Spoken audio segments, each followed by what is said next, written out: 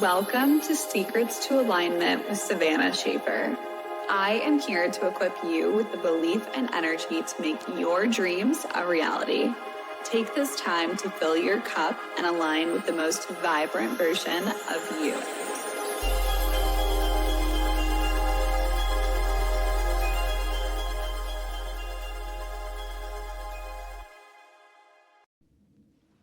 Welcome back to the Secrets to Alignment podcast with your host, Savannah Schaffer. All right. I just now read through the notes on this podcast that I wrote just like a week ago, and I am sharing some pretty personal things. And I'm going to just say trigger warning really quick, just for anyone who struggles with body dysmorphia. That's what we will be getting into in this topic or in this episode. And today's episode, I am here to give you guys many different tips that have helped me move through not hating my body. Like I said, I'm being very open, being very honest, and being as transparent as possible in this episode because I know that these are things that I have struggled with. And I just want you to have so much confidence in your body and self-love towards your body. And I want to share the different shifts and changes that have occurred over the last several years for me around my own body image and self-love and things like that. So let's go ahead and jump right into it. First and foremost, I feel like this time of the year can be really challenging for a lot of us. You know, there's more skin showing. We're not wearing as much clothes. We are really putting ourselves out there in a lot of different ways. And I just want to preface this episode by saying that you have absolutely no idea what the person next to you is going through, the person that you see working out at the gym, the person that you see sitting next to you in any place that you are in. You have no idea what someone's going through. You don't know what health problems someone has. You don't know what body image issues people have. You don't know what disorders people are going through. You don't know anything. And I think that this has been something that's been very relevant in my life because I grew up in a family where I don't think that many women in my lineage actually liked the way that they looked. And I noticed that this started to really influence my own perception of myself for years and years and years. So I'm going to be as transparent as I can. However that you're feeling currently in your body right now, I want you to know that you are so incredibly beautiful as you are. And your body has been chosen specifically by your individual soul. And your soul has chosen to come into this body that the universe, God, source gave you, okay? And I don't want you to take that lightly. There's a reason why you are here at this point in time of this era of life, of earth, everything. And I want you to really make sure that you're giving yourself the appreciation and the love that your body truly needs and honestly deserves. But I know that it can be really, really challenging when you're someone who looks in the mirror and you don't like what you see. I've never really shared about this at all in the past, but I personally have struggled with body dysmorphia for as long as I can remember. And these last couple years, I have been extremely intentional with fighting that because I want to be in a place where I do love my body. And I finally am at that place now, but it's taken me such a long time to get to a place of love and acceptance within myself, within this human being that I chose to come here in.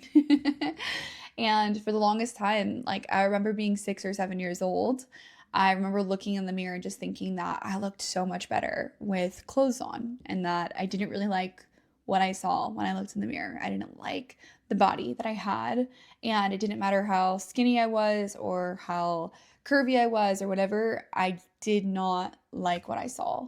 And I ended up photoshopping tons when I was younger. I remember being probably 12 years old, photoshopping my body, making it look a specific way, photoshopping my face, wanting it to look a specific way. I feel like for the longest time ever, I really struggled with true confidence, and I wanted to hide bits and pieces of myself, not only my body, but my face especially. And confidence was something that I didn't really have. I had to build over several years.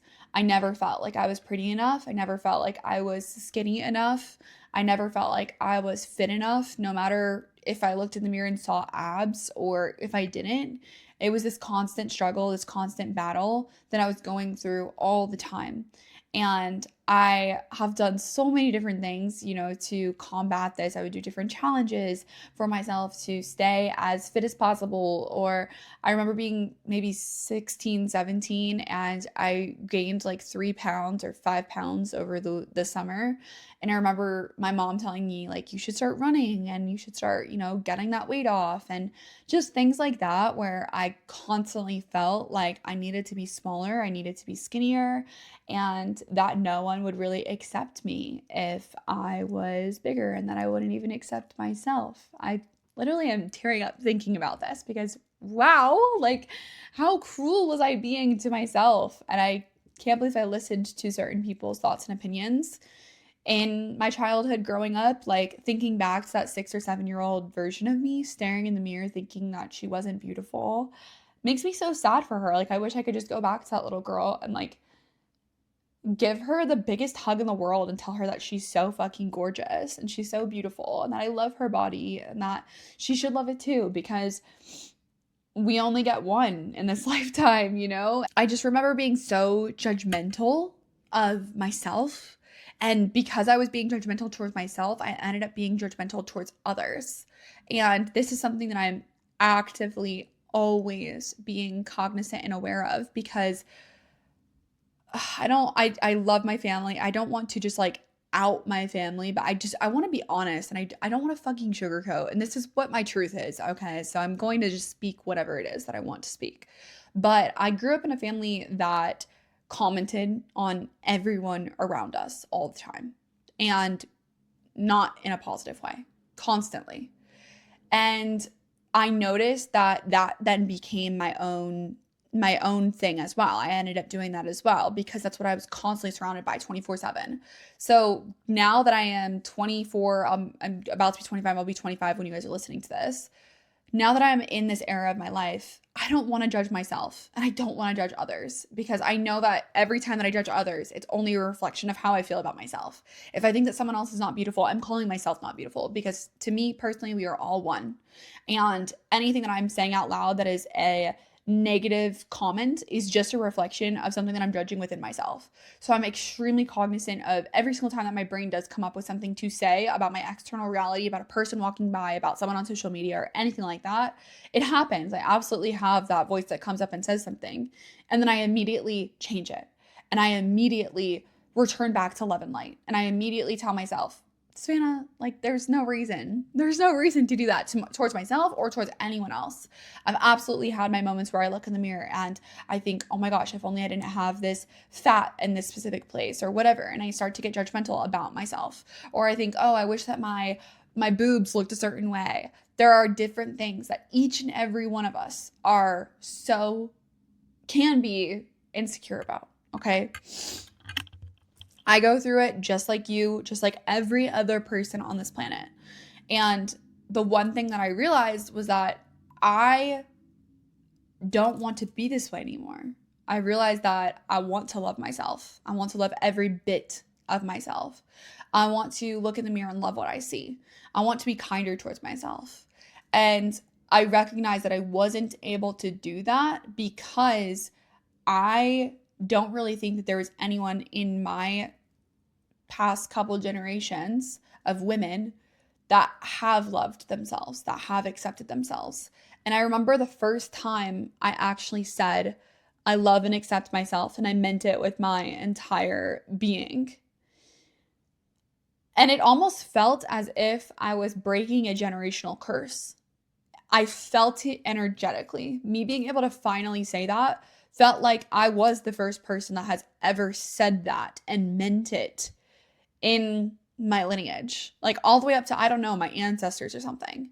Like it genuinely felt like this line in the sand of I'm going to choose to love myself. And I also did this so intentionally. I did this work so intentionally because I want my daughter to grow up loving herself. I want my daughter to grow up watching her mom smile when she looks at herself in the mirror. I want her to hear me speak positively about my body and my being, because that is so important for a woman. We are already bombarded by society's expectations of us and the media and what the world, quote unquote, deems as beauty. Okay. And so to me, it's really, really important for me to set an incredible representation of what it looks like and what it feels like to completely and entirely love yourself unconditionally.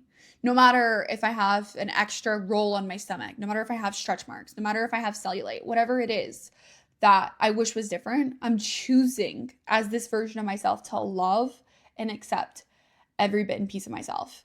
And I'm going to give you guys all of the different ways that I intentionally do this on a daily, weekly, monthly basis, because I think it's very important to integrate into our lives now. The voice that has been there saying that I'm not good enough has been there for so long. So it's taken me years to rewire this new mindset of actually loving myself. And it might take you the same amount of time, but starting to work on these things so that you can become the most confident version of yourself, so you can look in the mirror and absolutely fucking love what you see, so that you can stop self-sabotaging on your fitness goals or your nutrition or wherever it is that you maybe feel like you're falling short. When you start to do this kind of work internally, you will start to see changes. And oh my gosh, it feels so good to change that internal narrative. So these are the 7 tips that I want to give you guys. Number 1, meet that critic with understanding and love. Don't make yourself feel worse for having that internal voice, because that internal voice has been there for so long. It's probably been programmed into you. So when I say meet this inner voice with that inner critic with love and kindness and understanding, I mean, as soon as you look at yourself and you judge yourself, allowing yourself to say, hey, I know that that's something that we used to believe, but that's not who we are now. And just opening that dialogue of, hey, I know why you maybe say that, but we can choose to change this narrative. It's literally talking through these things as if you're talking to a friend. If a friend told you how she was feeling about herself and she was like, I feel so ugly, I hate the way that I have this, I hate my cellulite, I hate my stretch marks, I hate this, I hate that, what would you look at that friend, or what would you look at that daughter and say? You would never encourage those types of thoughts. So give her the kindness and the love and the understanding that you would give to everyone else in your life. I love saying I love and accept myself. This is something that I do all the time. I'm always looking at myself and saying I love and accept myself. In moments of judgment, I love and accept myself. In moments of me not feeling like I want to share a specific side of myself, or, I look at a photo where someone takes a group photo and I look at myself and I'm like, ew, why do I look like that? I love and accept myself. Those are the moments. Even something that actually helps me, I don't even think that I have this on my list. Something that helps me, so this is a bonus. So here's 8 tips. I stopped looking at the photo when people actually would take photos of me. So instead of, swiping through them and saying, oh no, I don't like that one, I just said, yeah, I like it. And instead of me trying to pick myself apart or change the way that I was posing, I would say, I like myself no matter what. Like I like it, okay? And I feel like doing that, it actually is supporting this and just saying like I love and accept myself no matter what I look like. Because the reality is, even if somebody takes like a bad photo of you, you still look like that. Like you still look like that in a specific angle or from a specific, frame or whatever the fuck. You still look like that. So just love and accept yourself in all the messiness, in every single angle, in every like middle of the sentence where they're pausing and taking a photo of you. That's what you look like. And you can choose to love and accept yourself, or you can choose to, think that you're not good enough or shame yourself or talk down on yourself. But it's always a choice. You have the choice. Number 2, actually give love to yourself in the mirror. This is something that I have all of my clients who struggle with body image and confidence and just internal, being hard on themselves about their body, is I actually force them after they get out of the shower, instead of turning on a show or instead of, putting on a robe right away or putting on their towel right away, drying themselves off and allowing them to actually make eye contact with the parts of themselves they typically want to ignore. and giving love to those and saying thank you to those parts. And this is going to feel really uncomfortable, okay? I remember doing this after having my daughter, and your body changes a lot after pregnancy. And I remember just looking in the mirror thinking like, wow, this is gonna take work. And I remember being so just not that supportive to myself. And so I decided to change that dialogue within me. I decided to look at every single new line on my stomach and give it gratitude and thank my body for doing what it has done. You know, if you look at your legs and you're like, oh, I wish my legs looked like X, Y, and Z, however you would want. No, like look at your legs and say thank you to your legs for getting you to the places that it gets you to every single day. Every single time that you work out, those legs are the ones that are pushing through. Every single time that you are, moving different ways or different places or whatever the fuck. Giving gratitude towards every single part of your body that you want to look away from. This is uncomfortable, but I'm telling you, it really changes that relationship that you have with your body. And now after doing that so many different times myself, I love it. It is my favorite thing. I do like a whole ritual. I will put on my favorite music. I will put on all of my groovy lights. I will grab all of my favorite skincare, all of my favorite body care, and I will sit in the mirror and I will just do my lotions and my skincare and everything and just give love to myself. We don't do that enough. We don't do that at all. Like, honestly, I don't know many people who do that whatsoever. Give yourself that time and space to actually acknowledge this incredible body that your soul has decided to come to earth with. How divine is that? Beautiful.